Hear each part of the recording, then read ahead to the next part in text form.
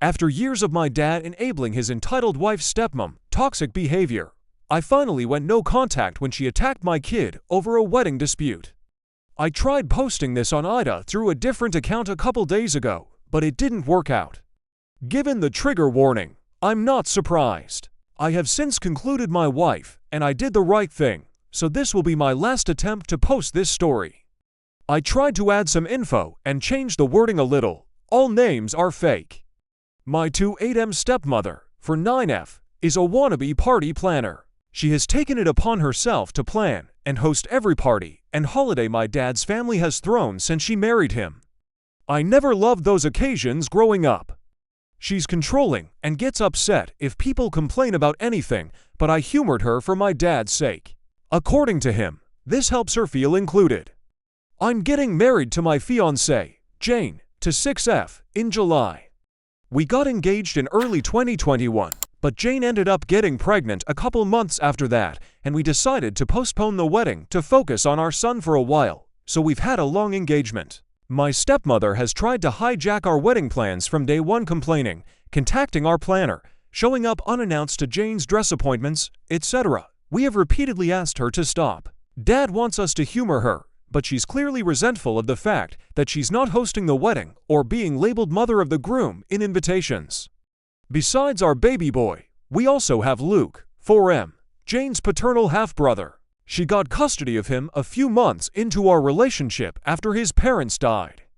I ended up moving in with them during the pandemic and have been in Luke's life since he was a baby.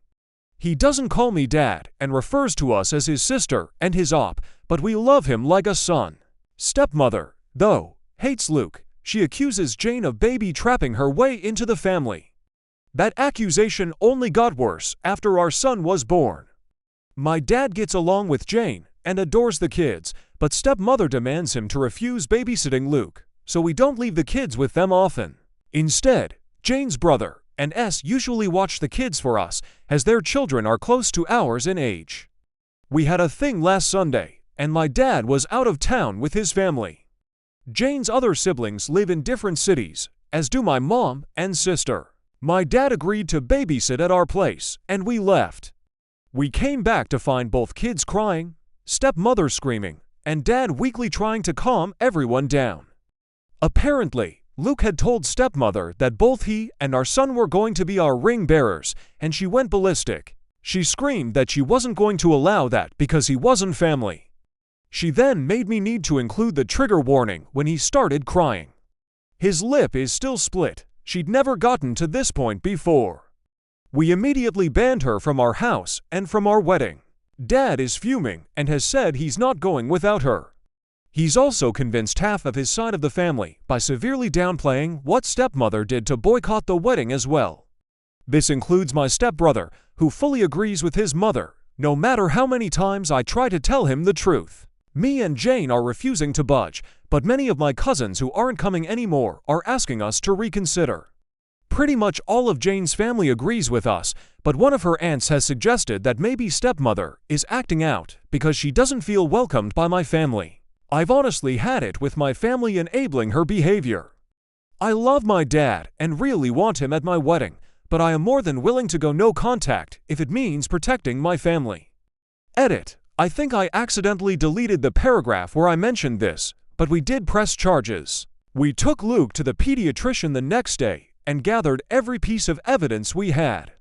Not only did we have pictures of Luke's face, but by some miraculous stroke of luck, we also had nanny cam footage.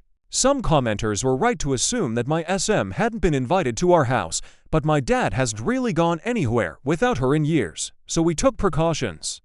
We didn't expect her to actually do anything this awful, but we've never trusted her with the kids. The physical attack happened off camera, but there is some footage of her screaming and Luke crying before and after the event. She now has a child abuse charge on her record. We wouldn't let her get away with this. Edit 2. There is a lot of additional info I want to add. I'll try to respond to at least some of the comments. I did not expect the amount I've gotten so far, but all I'll add for now is that Luke is okay. The visit to the pediatrician happened the day after. He already had a counselor. Jane was pretty traumatized when her dad and stepmom died and was worried it would rub off on him and we continue his treatment. We've been hugging and pampering him a little more than usual. He's still upset, but is already doing much better. Update: entitled stepmonster got herself banned from my wedding. I want to thank everybody who took the time to read or comment on my previous post. It's been a tough week, but it's always great to know that people care. I haven't been able to reply to every comment, but I will try to address some in this update. This might get a little long. I'll start off by saying that me and Jane are going in C with my dad and SM. We haven't really spoken to either of them since the incident, and I don't plan on being the one to reach out. Any communication between us is being handled by my younger sister. She's completely on our side, but we remain in low contact for the time being. I've decided to adopt Jane's way of dealing with people she cares about, forgive what's apologized for, but never forget. Basically, if Dad or SM ever truly understand what they did wrong and sincerely apologize, we're willing to forgive them, even if begrudgingly so. But we will never ignore or let them forget what they did to our family. For the time being, neither of them will be allowed near Luke, our baby, or any other kids we may have in the future, even if we do forgive them. As for the rest of my family, I read a lot of comments suggesting that I post pictures of Luke's face as well as the nanny cam footage. I'm not very active on social media, but even if I was, I'm not comfortable exposing my injured preschooler like that, especially given that nothing on the internet ever truly goes away. I also decided not to share the pictures with my family unless truly necessary. I should probably mention that while my family adores my dad, most of them aren't very fond of SM. She had two failed marriages prior to meeting my father, the first of which resulted in my stepbrother.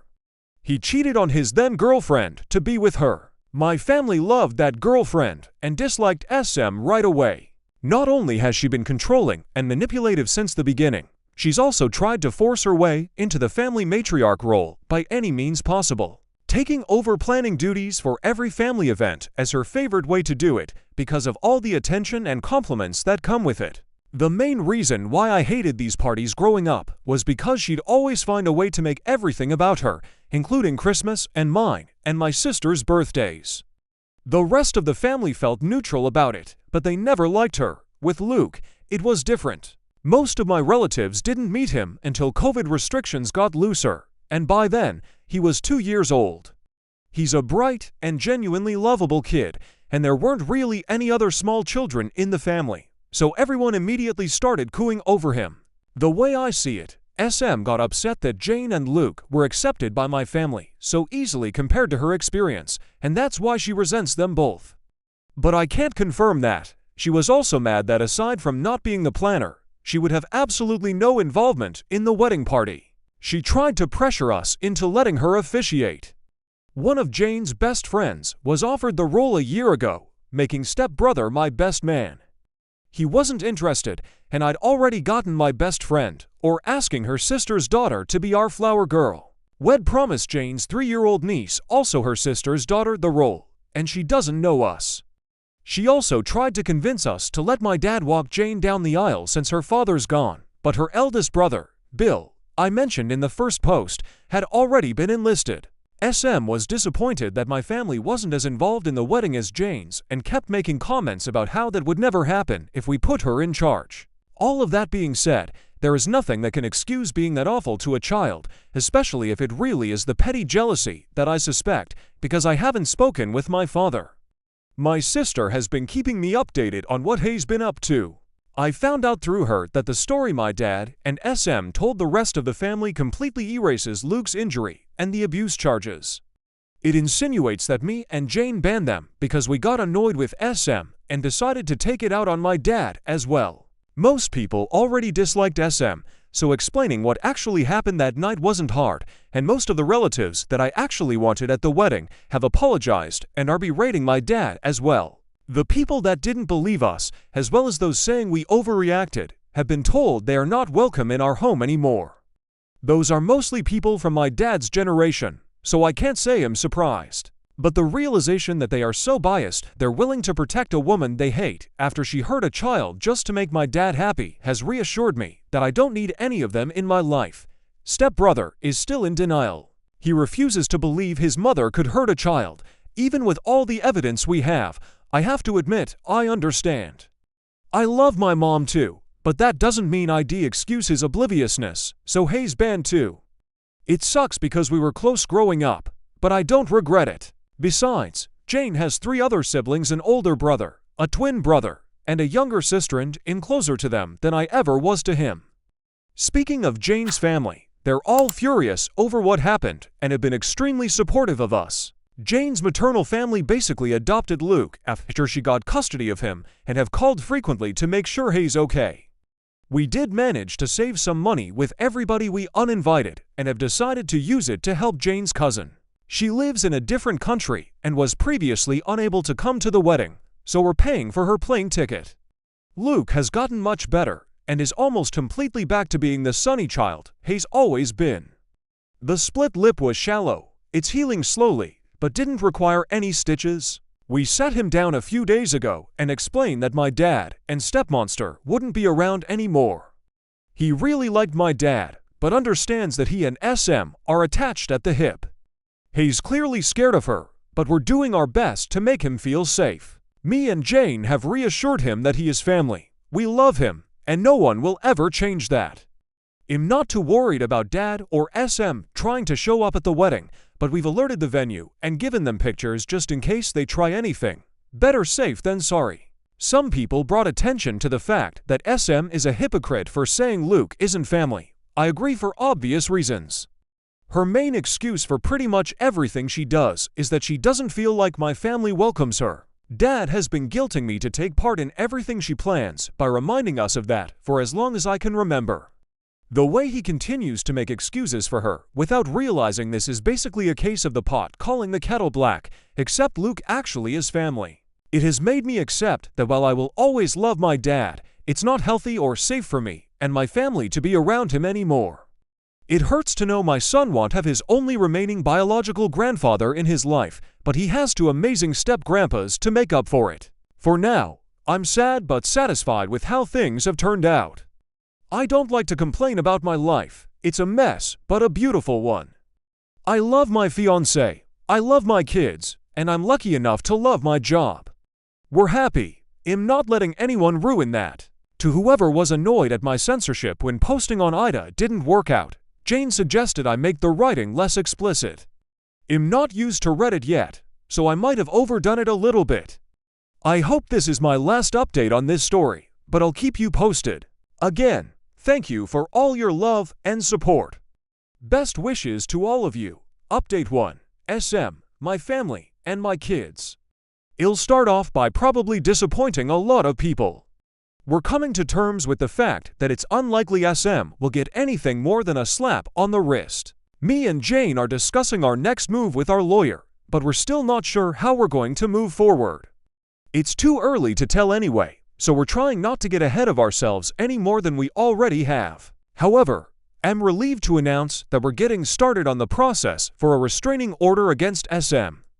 We're using the same evidence we gathered the week following the incident, including the nanny cam footage and pictures of Luke, and we'll focus on that for the time being. I still haven't spoken to my father. My sister is still in low contact, but is seriously considering cutting ties with him because my sister is the only one on my side that still talks to him.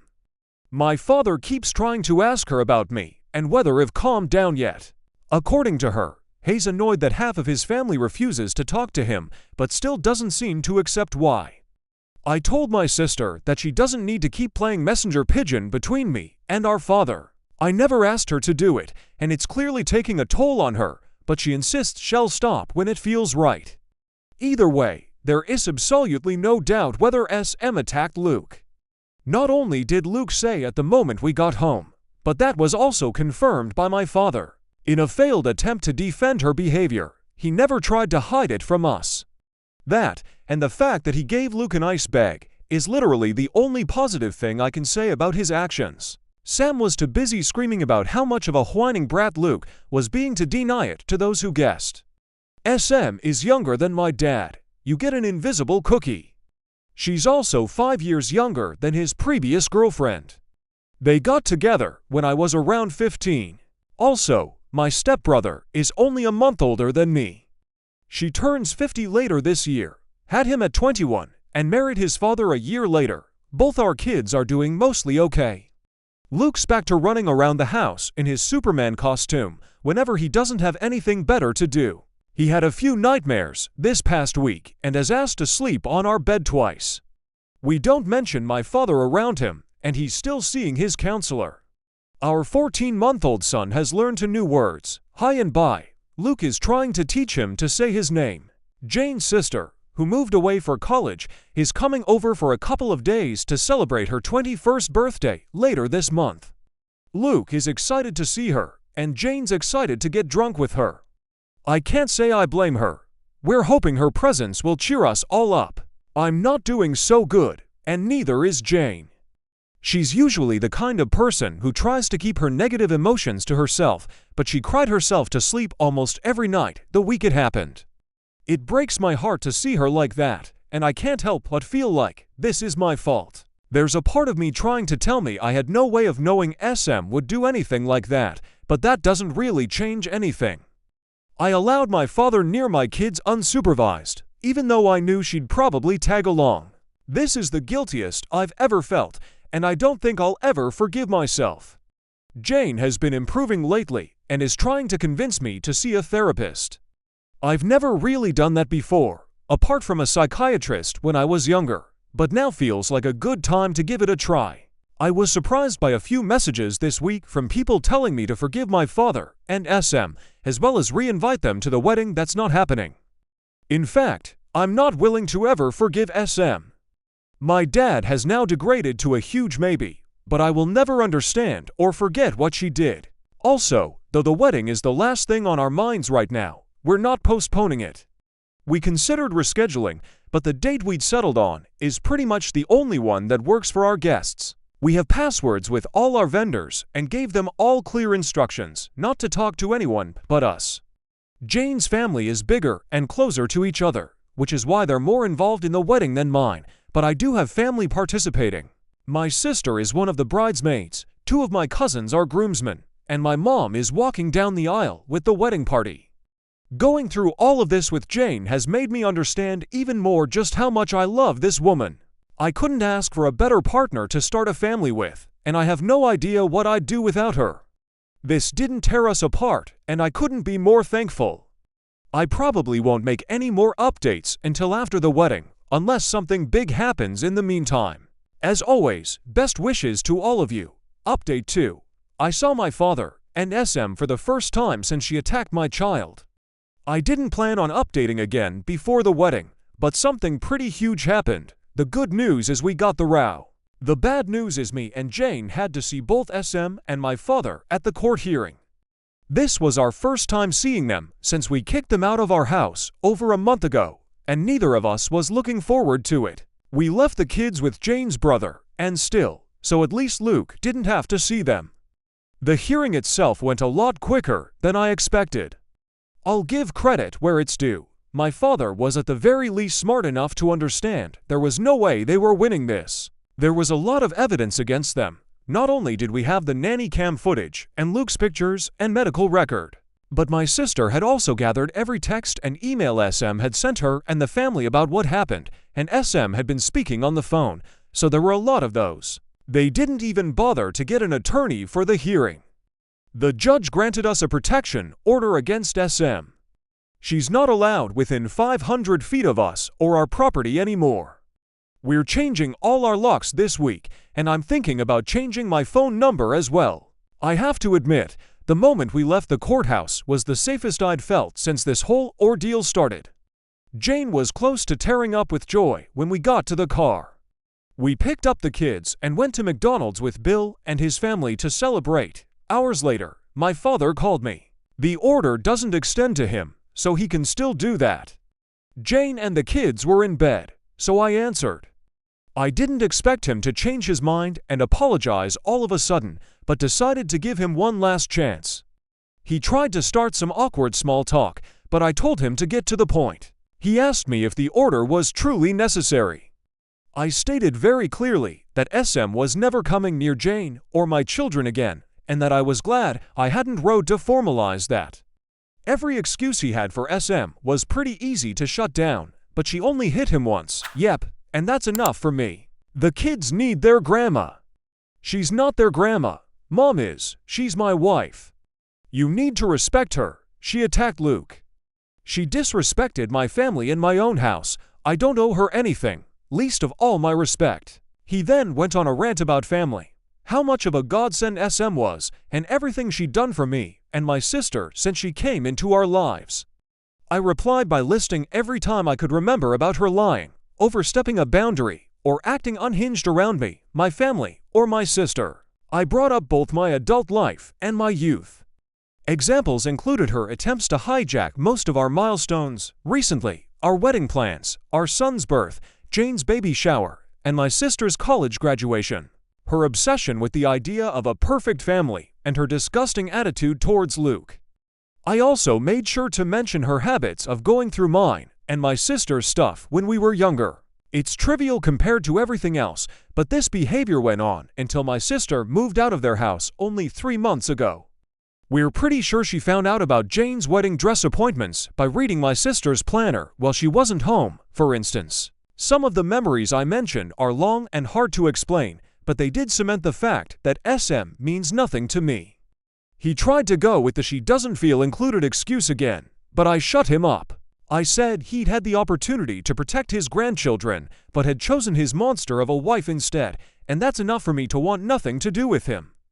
I hung up without saying goodbye. My sister told me he called her afterward, and she told him she was going in sea with him as well. I think we're both starting to accept our father won't change. It sucks, but he's made his priorities clear, and his children and grandkids aren't among them. For now, that's it. Now that they're fresh in my mind, I'm thinking about sharing some of the stories I reminded my father of, but that's going to take a while. Until then, as always, best wishes to all of you. Update 3. Step Monster tried to hijack our baby shower. I mentioned in my last post that I was thinking about sharing some stories from before I finally got in row against my lovely SM and went in sea with my father. Though there are plenty worth writing about, I'll start with one of my sister's favorites. All names are fake. My fiancée Jane found out she was pregnant in June 2021, and we announced it to our immediate families in August. At first, SM was completely uninterested in our baby. Not that I expected much from the woman whose reaction to our pregnancy announcement was to ask Jane if she was sure it was mine. Even my dad berated her for that one, but she barely seemed to acknowledge the fact that we were expecting. Instead, she was more interested in my stepbrother, who was also engaged and would give her a beautiful grandbaby soon, no complaints. We didn't want her involved, and we didn't even have to say anything. Planning our baby shower was complicated. Both Jane and I would have to work until the holidays, and I wanted to be involved. The due date was in February 2022, so we decided on early January as the best period of time. We enlisted 2 people as planners, my sister Laura, I just realized I'd never given her a name, and Jane's best friend, Nina. Jane and I are mostly laid-back people. We didn't want a big party, nor did we want to spend too much money on it. We were saving for both our baby and the wedding. We decided early on that the shower would be co-ed. It would also have to be indoors again, January, and we settled on a guest list of 25 people plus about a dozen kids. We came up with the idea of a pizza party. Jane, Luke, my Bill, surrogate son, and I have had homemade pizza nights weekly since I moved in, and we thought it would be fun to incorporate that into the shower. Nina found an event venue with a pizza oven, and Laura figured out ways to incorporate classic baby shower stuff into the theme. The resulting plans were awesome. Make your own pizzas, non-alcoholic drinks, and plain bodysuits for the kids to customize. Nina and Laura mixed pizza decor with baby decor and found pizza-shaped sweets. It almost seemed messy, and I was surprised they made it work, but we loved it. Most of the planning was finished by the middle of November. Well, later that month, my stepbrother's fiancée left him for her ex. They'd been together for 4 years at that point, and it was both sudden and traumatizing for him. He was devastated. SM then realized the grandkid she dreamed of would take longer to come than she'd thought. So, naturally, without her son's milestones to obsess over, She moved on to mine. Suddenly, SM went from aloof relative to excited grandma to be. Facebook posts, tacky promoted to Nana shirts, the whole nine. At first, we were too busy finishing things up at work and getting ready for the holidays to worrying about that, but it didn't take long for her to start pestering us about planning the baby shower as well as a gender reveal. We denied the possibility of a gender reveal party. No offense to those who like them, but we don't. Plus, we had decided to wait until birth to find out the sex. SM tried to get us to find out and tell her as a Christmas present, but we didn't. We also denied her the baby shower. She told my father, and he told Laura to let SM help out with the plans. She was still living with us at the time, so she didn't have much of a choice. She called Nina, and they met SM for coffee, though I wasn't there for that meeting. Laura told me what happened later. Before they could even mention their plans, SM started talking about hers. According to Laura, she pulled a shockingly thick binder, complete with the words "Oh baby" on the cover, colorful tabs, and pieces of fabric poking out from her bag, and skipped to the shower section. It was short compared to the rest of the binder, but still long, and it was all to describe her one and only baby shower project. Laura sent me pictures, and oh boy, I'll give her this, it looked like the most Instagrammable baby shower ever. That being said, it was also barely functional and obviously expensive. There were balloons, oversized teddy bears, giant alphabet blocks, and cringeworthy signs everywhere. SM was going for pretty over-cozy with uncomfortable chairs and some fancy food ideas that didn't look edible. Most of them had soft cheeses, which Jane couldn't eat. The color palette was just 3 different shades of pink with gold accents. We'd be fine with a pink baby shower if it at least tried to mix things up a little, but SM's pictures looked like Barbie had puked all over Hello Kitty's birthday party. When Nina tried to remind her that we didn't know the sex, SM said she just knew that it was a girl. Spoiler alert, it wasn't. SM also wanted an all-female, child-free party with fancy caterers and alcohol. She had written down a guest suggestion list containing some of her closest friends. Neither mine nor Jane's moms were on it, and planned party games no one had any interest in trying out. Basically, the only thing everyone could agree on was to hold the party indoors. Laura and Nina weren't given an opportunity to show her their plans until she was done. Once they could, they explained that while they could find a way to incorporate some of SM's ideas, they'd already settled on the pizza theme. She tried to protest, but Laura stated that it was kind of them to even offer that, as the shower was a month away and we'd already greenlit their plans. SM even called me to try to get them to change their minds, but I just repeated their words. My dad had found out he couldn't come to the shower, so he didn't get a say in anything anymore. The holidays came around and the subject was dropped. SM seemed to be okay with the pizza party. Nina managed to pair some of the pink core she'd wanted with matching blue stuff and even added one of the huge teddy bears. Fast forward to a week before the shower. Jane was almost 8 months pregnant. Everything had been bought, all guests had her sped, and pretty much anything was ready to go. The shower was set to start at 7 p.m. SM offered to get to the venue earlier to prepare everything. Laura agreed, mostly because she knew SM would complain if she didn't get to do anything, and the venue even let them drop off their decorations before the party.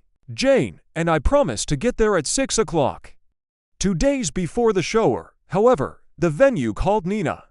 They told her that SM had stopped by to drop off large, heavy boxes of what she called a little surprise for us. She'd informed them that she planned on showing up at 3:30 p.m. To start setting it up, they were calling to reinforce that the venue was only booked past 4 p.m. Since SM almost threw a tantrum when told that all of the decor was still at Nina's place, she called Laura to check if they'd left anything with SM. Thankfully, my sister is both smart and used to this, so she drove to the venue the next day and asked to see SM's boxes. She told me she wasn't even surprised at its contents when she opened them, but was still shocked at SM's audacity.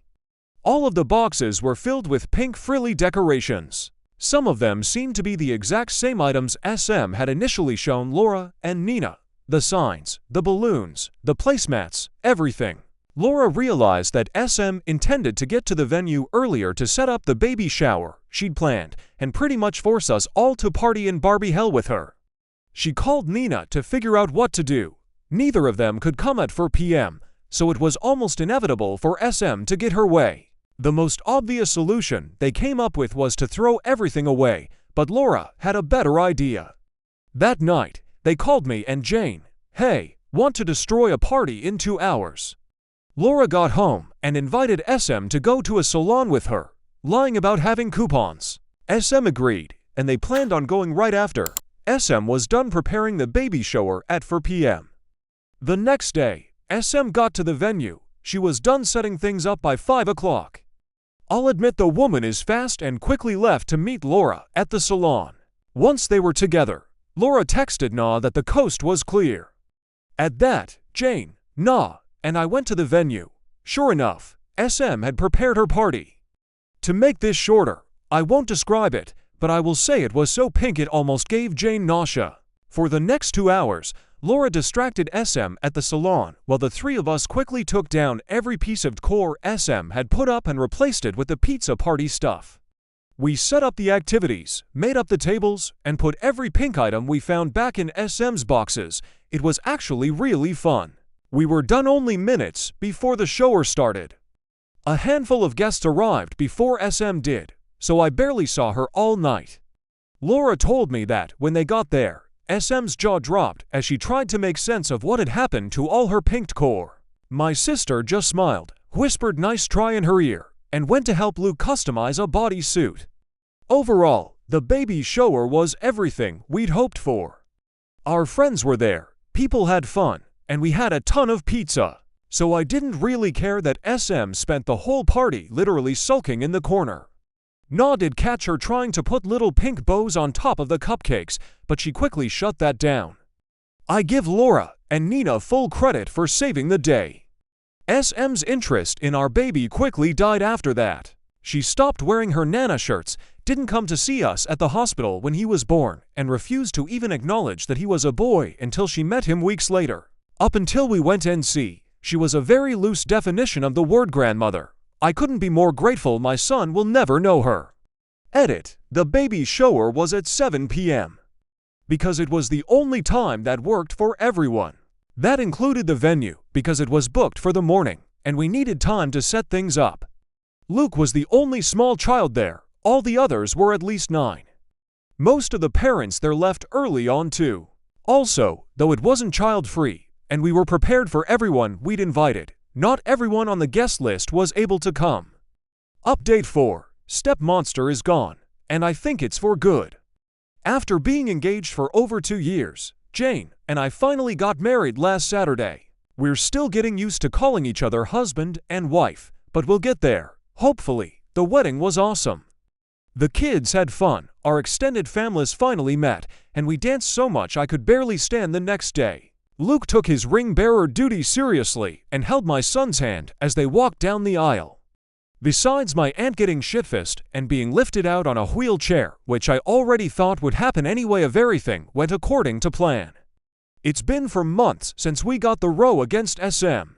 Things have been mostly quiet, and I wouldn't have it any other way except completely quiet, but we can't always get what we want. I never really worried about SM showing up at the wedding, especially after the row. It's literally illegal for her to come close to us, and we made it very clear that if she tried, we'd call the cops right away. My friends still warned me to take safety measures, most of which I did. SM didn't show up, of course, but I'm a strong believer that any money spent on security is well spent, so no regrets on that end. My stepbrother and I wished each other happy birthdays, and he also texted Jane on hers back in June. That's the only contact we've had during these months. He knows that the door is still open if he wants to apologize. My dad has given up on trying to reach me. We haven't spoken since April. He's still trying to talk to my sister for some reason, but she's ignoring him. A few days after she went in see with him, they had a huge fight over the phone about SM's treatment of us over the years. Insults were thrown, sore subjects were brought up, and most importantly, my father took SM's side on almost everything. My sister called me crying afterward. I wanted to call him and yell at him, but she told me not to. She's doing okay now. She hasn't blocked him, but doesn't take his calls or answer his texts. She's only gotten 3, a weak apology, one on my birthday back in May, and a long rant after neither of us wished him a happy Father's Day. After all, despite our differences, he's still our father. He's not wrong. I love my father, and I always will, but I can't be around him anymore. Well, I've closed that door. I'm not locking it just yet. He knows what he needs to do if he wants his family back. I don't think he'll do it, but if there's the slightest chance he might, I'll consider opening the door an inch or two. This is my wife's suggestion. I'm a lot less optimistic than she is, but maybe it's important to hold on to that hope. She hasn't forgiven him, though, or SM. Jane has always been very protective of Luke, so it was no surprise that this disaster shook her. A part of me was scared she'd blame me, but she called me a dumbass when I told her that.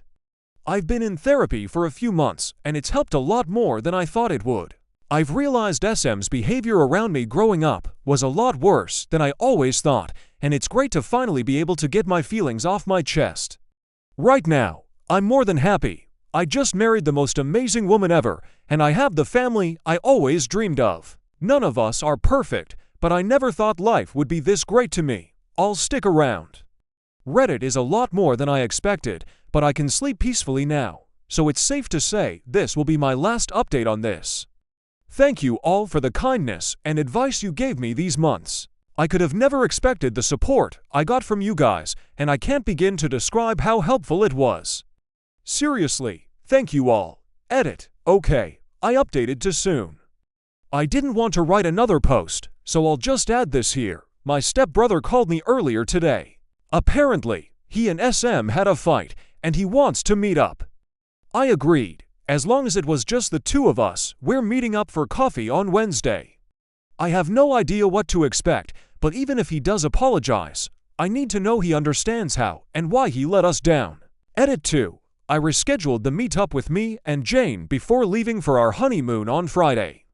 I decided that no matter the outcome of my conversation with SB, I didn't want to spend the whole trip thinking about it.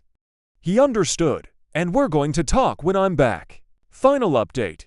Stepmonster and stepbrother. Hey, guys. I've been away from Reddit for a few months due to some stuff at work, but a lot of people have been messaging me about my stepbrother, so I want to give you a small update. I've been busy and tired these days, so I might gloss over some details. Feel free to ask me anything. I first met my stepbrother for coffee back in August. He'd had a fight with SM, and the row was brought up. She'd lied to him about some details, accusing Luke of picking on my baby, badmouthing Jane, and more. But this time, he managed to force her to tell him the truth. My stepbrother started to reevaluate his relationship with his mother after talking to his therapist and his friends about it, as well as the way she'd raised him. He finally accepted I wasn't exaggerating about what she did to Luke. He wanted to talk to me back in June, but didn't want to distract me and Jane from the wedding. My stepbrother and I spent the last 4 months working on rebuilding our relationship. We've been meeting for coffee or lunch and discussing his mother and what she did to our lives and my kids. Jane started joining us in October, and the kids saw him again for the first time 2 weeks ago. Things were awkward between us for a while, but we're good now. He's also making amends with my sister. In early November, he completely cut contact with Jane, and the kids are doing amazing. Luke turned 5 in September, and our baby will be 2 in early February. We're spending the holidays with Jane's family in Brazil, while my stepbrother stays with his girlfriend. Things are great.